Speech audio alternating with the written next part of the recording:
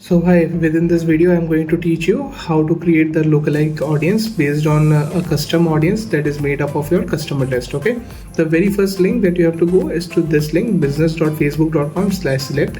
यहाँ से आपको अपना business manager कोई भी select कर लेना है. In my case I will be selecting my own company's business manager and I am going towards my business manager. Okay, this is the second link that will come up to you. Okay, so once this business manager loads, so you will have to go to your ads manager का option यहाँ आ जाएगा and then you can click on this ads manager. After your ads manager opens up, ये left side में आपको all tools के ऊपर जाना है. all tools में जाने के बाद इस audience का बटन select करना है and then you will be redirected towards the audiences section where you can create your lookalike and custom audiences. Okay, so I am assuming कि आपका एड अकाउंट बिल्कुल न्यू है और उसमें कभी भी कोई कस्टम ऑडियंस या लुकलाइक ऑडियंस नहीं बनी हुई है, तो you will be redirected to such kind of a page. यहाँ पे click on this custom audience, then you will be redirected with this particular popup. यहाँ पे select the customer list and click on next and then you will be able to see कि किस type के format में आपको upload करना है. Then click on this download file format.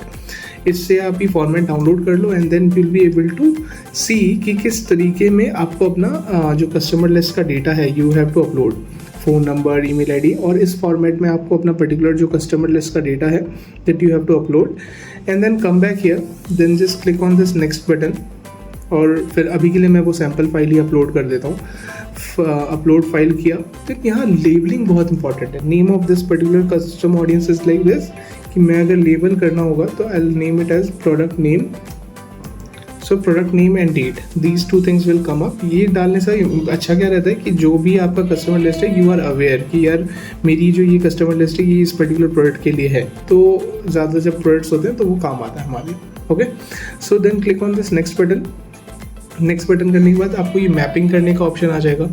कहीं कहीं में अगर कोई एरर आया तो एक्शन नीडेड में जाओ और उसको डो नॉट अपलोड या फिर कहीं पे भी उसको मैप करना है तो you can map it there.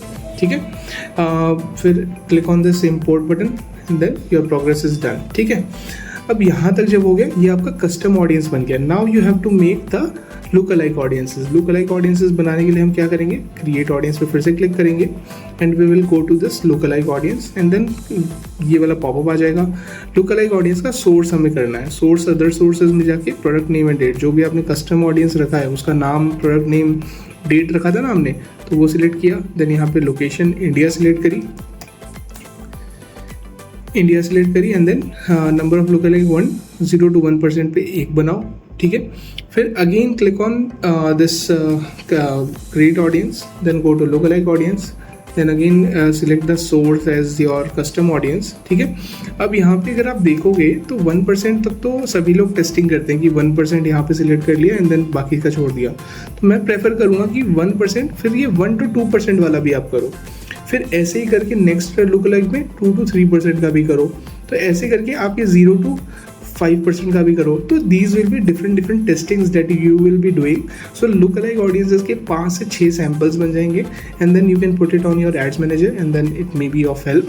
तो do this experiment and let me know on my Instagram channel कि ये कैसा चला आपके लिए. Okay, and if you need any help just drop me message on my Instagram channel.